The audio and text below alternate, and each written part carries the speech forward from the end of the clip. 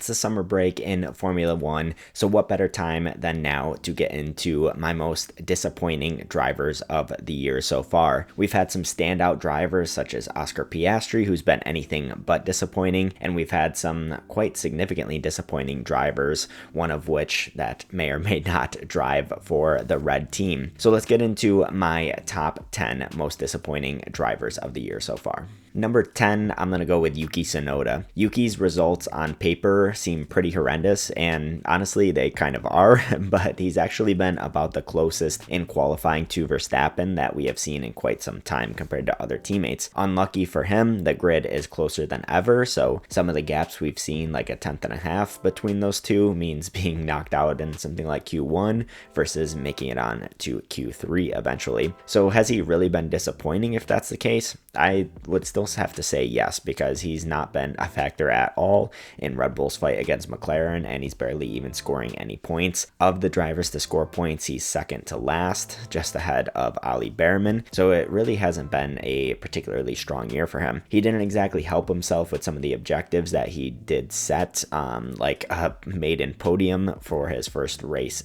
with Red Bull at the Japanese Grand Prix, and that didn't exactly go according to plan. But yeah, overall it's been a disappointing season for him. Between all of the management changes though at Red Bull and the lack of alternatives, I think Yuki, at least for the short term, does have time to figure himself out. But if the second half of the season goes anything like what he's been doing so far with Q1 knockouts and next to no points, then it's definitely going to be worrying times for Yuki Tsunoda. Number 9 is Lance Stroll. Expectations for Stroll are never exactly high, but I feel like he is underperforming even more this year than other years. He's still on an absolutely devastatingly long streak of getting out qualified by Alonso, and aside from Hungary, he has been, I think, particularly bad this year. Feels like more than ever than before, he doesn't particularly have the motivation or the desire to be there. He's been super anonymous this year, and I feel like it's been pretty easy to forget that he's even on the grid because he's so anonymous. You know, he's not necessarily the most disappointing because it's kind of to be expected with Lance Stroll, but it still feels disappointing every year for him to be filling such a good seat at Aston Martin. Number 8, I have Liam Lawson. I don't think anyone believed that Lawson would be a world beater after his stints at Racing Bulls, but I did think that he would fare a bit better at Red Bull than he ended up doing. He only had the 2 opportunities, obviously, but he did get beat more handedly than maybe Perez and Yuki has so far this year. He then continued to struggle even when he went back to Racing Bulls for a while after that demotion, which kind of was a surprise to me. I thought he would bounce back much faster and much stronger than he did, but I guess the demotion really took a toll on him. In addition, I think Hadjar turned out to be a much better driver than many of us thought, including myself. He's been one of my biggest good surprises of the year, actually. But the saving grace for Lawson in my ranking of the most disappointing drivers this year is that he's been on par more and more with Hadjar, and sometimes beating him at times at this point in the season, and he's seemingly getting back to more of his old previous self. Number 7, I have Esteban Ocon, and my disappointment with him really lies in his performance compared to Ali Bearman, his rookie teammate. I did expect Bearman to be quite good this year, but I didn't expect him to be as close or beating Ocon as frequently as he has. It's been pretty close to 50-50 in quali, and Ocon has had a few too many weekends where he's really gone missing, which I guess that does happen kind of frequently in Ocon's career, but it does feel like it has happened a few extra times this year. Of course, the Haas isn't super competitive this year, but I thought Ocon would make a bigger impact because he is a solid to above average midfield driver in my opinion. But maybe I am being a bit too harsh on him because he actually is 10th in the driver standings, but just comparing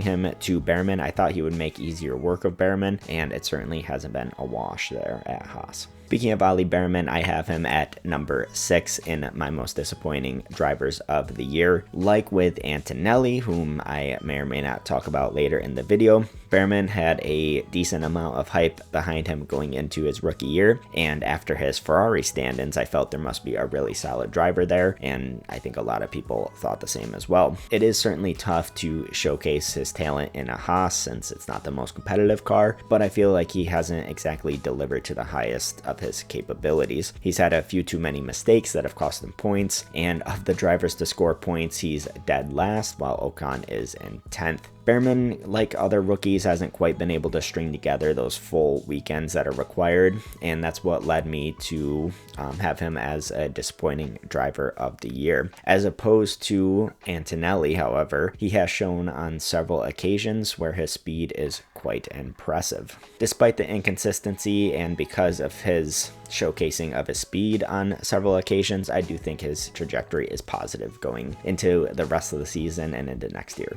Before I get into my top 5 most disappointing drivers of the year, drop a comment down below to let me know who you think has been the most disappointing driver of the year. And while you're down there, give the video a like and subscribe if you want to see more of this content. Now moving into the top 5, let's get into some more interesting drivers and talking points. So at number 5, I do have Carlos Sainz. Sainz just has not been able to string together a complete weekend for one reason or another. Either he doesn't have the pace and quality, his car has issues, or strategy issues have cost him, and those are just a few of the problems he's had. Some of them are his fault, some are the team's, but all of this really leads to a lackluster year thus far. He's finally started to get on top of the car a bit more in recent times and be challenging or beating Albon at times now, but still that complete weekend has really eluded him. As one of the most adaptable drivers on the grid in my opinion, and a very underrated driver in my opinion,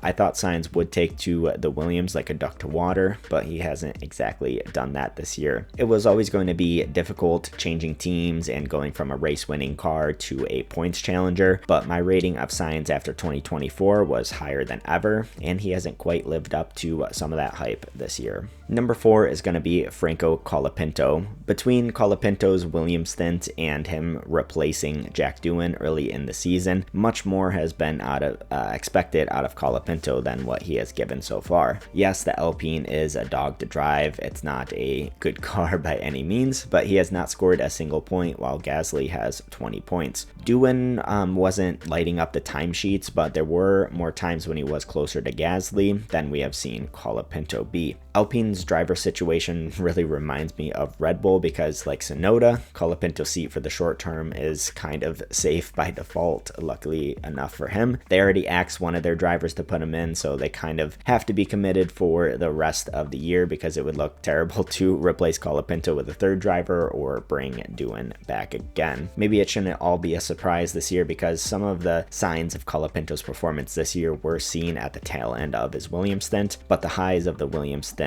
make his year thus far quite the big disappointment actually. So number 3, I have Kimi Antonelli. I'm not surprised to see Kimi somewhat struggling this year, but I think I and the F1 community expected a bit more out of him than what we've seen so far. Other than the Miami sprint pole and maybe the one podium that he did get, there really haven't been many other standout wow moments throughout this year. He's done a decent job and not had too many horrendous weekends, but he's not doing anything too impressive. He's not having a Lewis Hamilton 2007 type of season like some people maybe were expecting him to do. I expected to see him have a bit more of those sprint pole moments and more times that he was closer to Russell. I did think Russell would beat him quite handedly, but I thought it would be a little closer. However, like many drivers in this current era, he seems to be having a difficult time adjusting his driving style to these cars, especially the Mercedes, because they are borderline clueless with these regulations. But he is young and he's got the support behind him, so he should be able to make more of an impact going forward. Unfortunately for him, the hype the F1 community and Mercedes put behind him can really only create disappointment for the year that he's having because he really hasn't had some of those standout performances and hasn't made a huge impact. Now this next driver might come as a bit of a surprise to you, but for number 2, I have Lando Norris. Now before I really get into this is not to diminish Norris's season so far or him as a driver. It's been pretty solid and he is of course neck and neck for the championship with Piastri. However, he's been a disappointment to me this year because I was expecting him to take a big leap after having a sniff at the title last year. Last year he showed that he's really the real deal. He showed serious speed and ability last year, but he did have a few too many mistakes. I thought over the winter he would iron out those mistakes and be an absolute force to be reckoned with, having a competitive car from the start. This year, though, he has been somewhat handedly beaten by Piastri thus far on many occasions.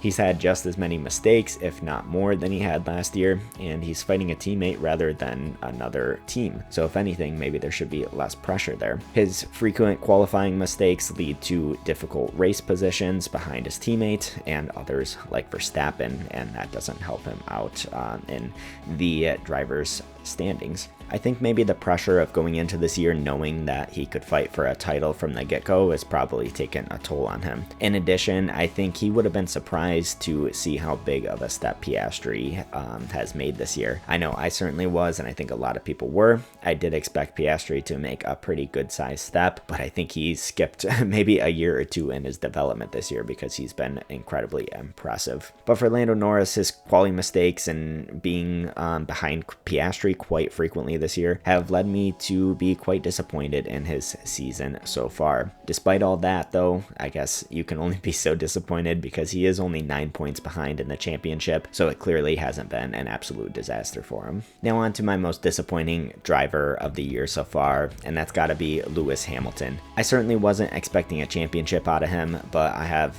expected a lot more out of him this year. Things should be getting better for Hamilton, but it seems to have only gotten worse the farther we've gotten into the season. We're seeing a lot of the same trends that we saw at Mercedes, but maybe even worse, which is kind of shocking for him. The only real glimmer of hope that he had was the China sprint win, but then it wasn't on for the race. Not only was he not super competitive or fast, but then of course they got disqualified as well. It feels like there hasn't been much that he hasn't struggled with. He's had trouble adapting to the Ferrari's brakes, the different power unit, and just the general rear instability of the car. But in general, Hamilton has just not been able to adapt to these regulations since 2022, and it's just continued to be a trend year after year for him, and it's only gotten worse as time has gone on. It is a bit surprising that he has struggled with adapting to these cars given the number of rule cycles that he's seen and adapted to and won in, like 2009, 2014, 2017. It's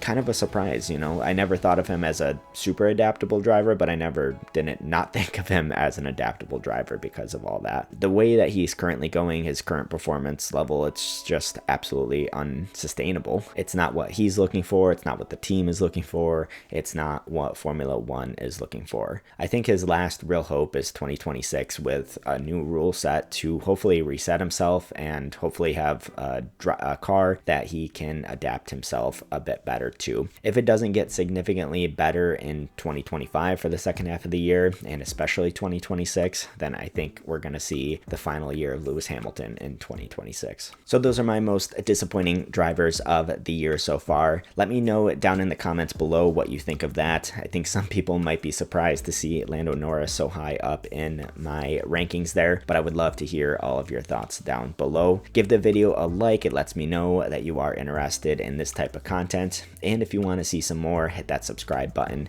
It means a lot to me. So thank you all for tuning in, and I'll see you in the next one.